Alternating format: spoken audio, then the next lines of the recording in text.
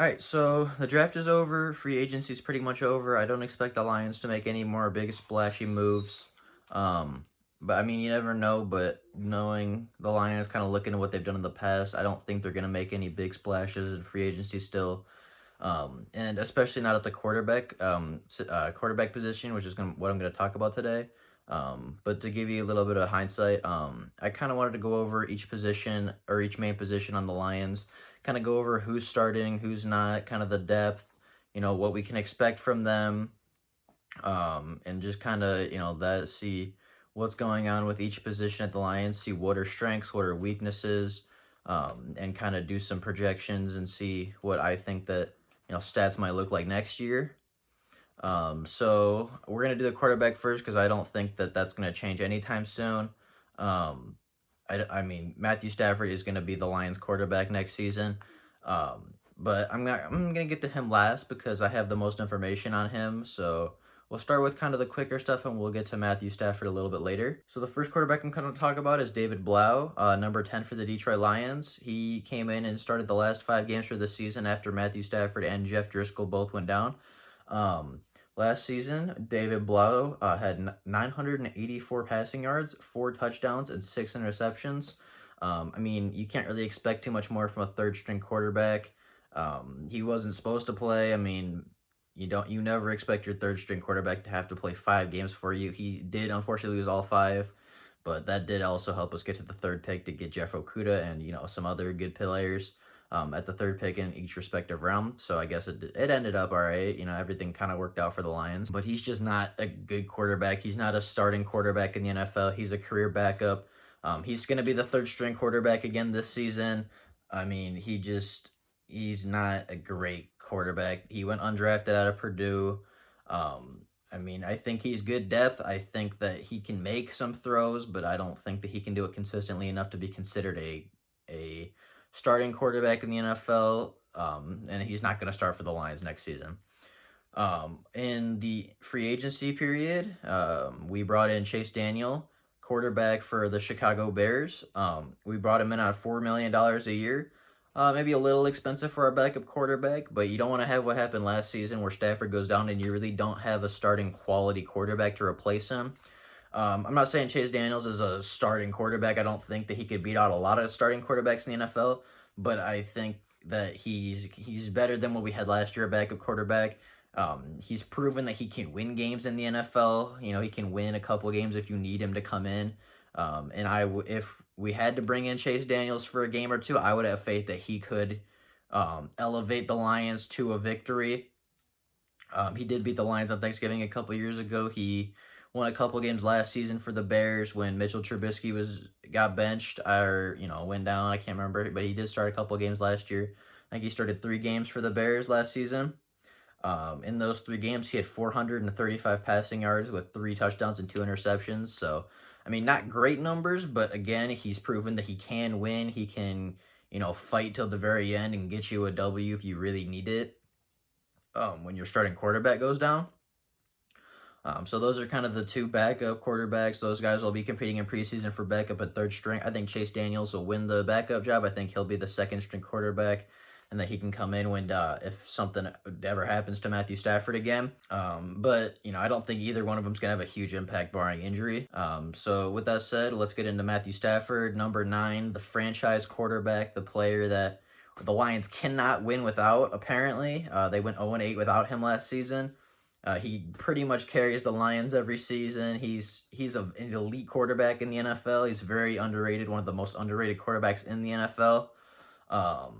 So he only played 8 games, unfortunately. He had some back injuries, after week 8.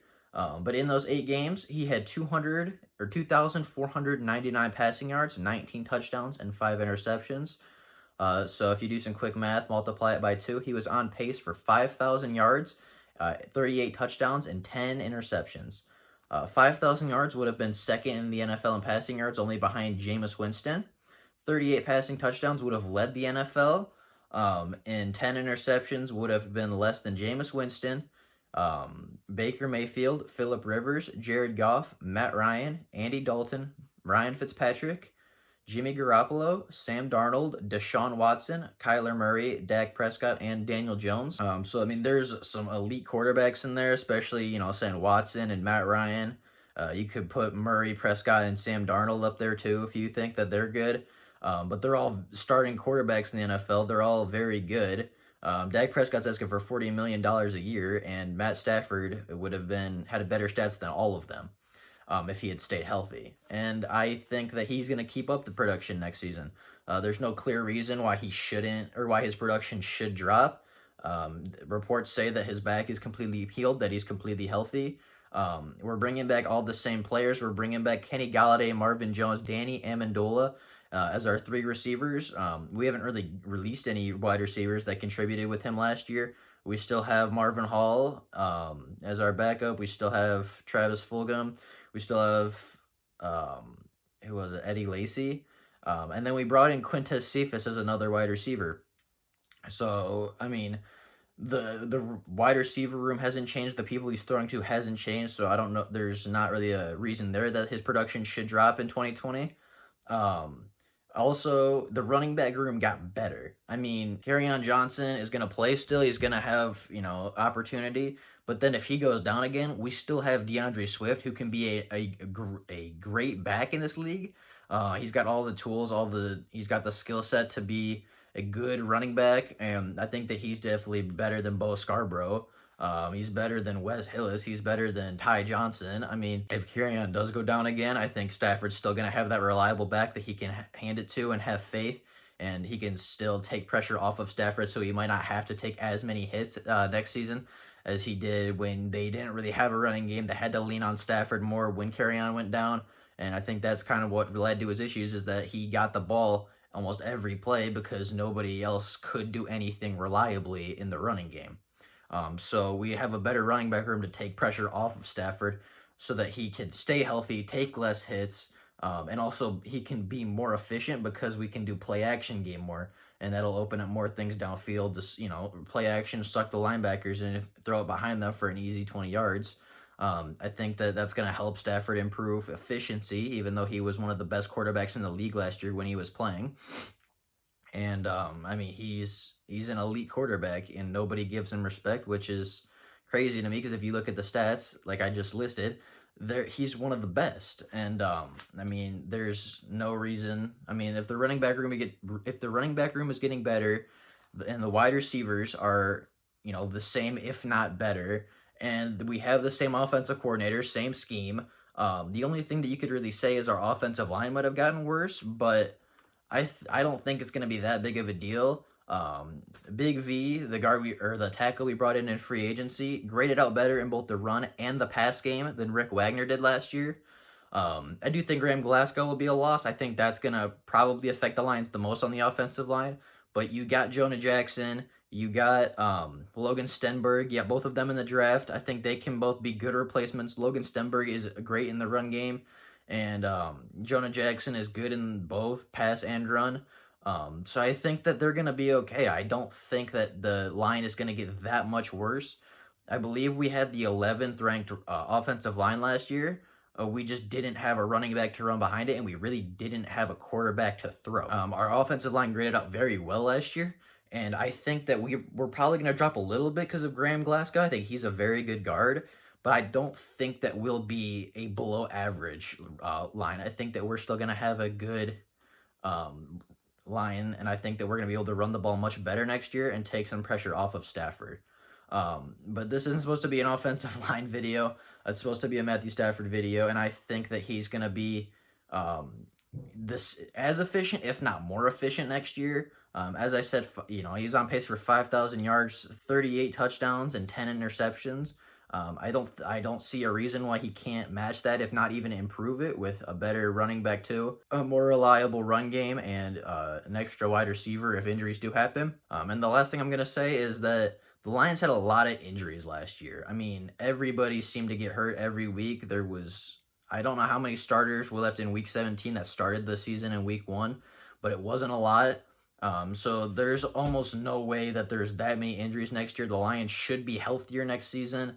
Everybody should stay on the field a little bit more, and we should be able to, help Matthew Stafford. He should be able to get more yards, more touchdowns, probably similar interceptions, but he was having a very good year last year when it came to turnovers. And I think that, that was his first year in the offense. I think a second year, he's just going to get more comfortable. I think he's going to, trust his guys more. I think that they're all learning it together. And I think that year two, they can all take a step forward and be an even better offense than they were last year. I mean, even when Stafford went down, we had a lead in almost every game with Jeff Driscoll and David Blau, who are not starting quarterbacks in the NFL. So our offense was good last year. It was just our defense that couldn't finish. And I think that Stafford's going to help finish the games because he's going to convert on some of those crucial third downs.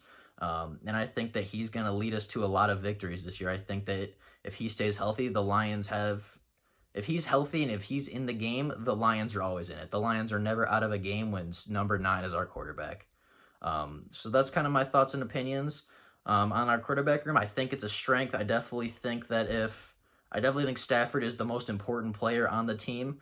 And if he goes down, I do have faith that, Chase Daniels can win us a game or two. But yeah, I think that the quarterback room is definitely a strength for the Lions this season. I think that Matthew Stafford is going to have a great bounce back season. He might even win comeback player of the year, which would be interesting, but we'll have to wait and see. If you do, that's all I got for you today, though.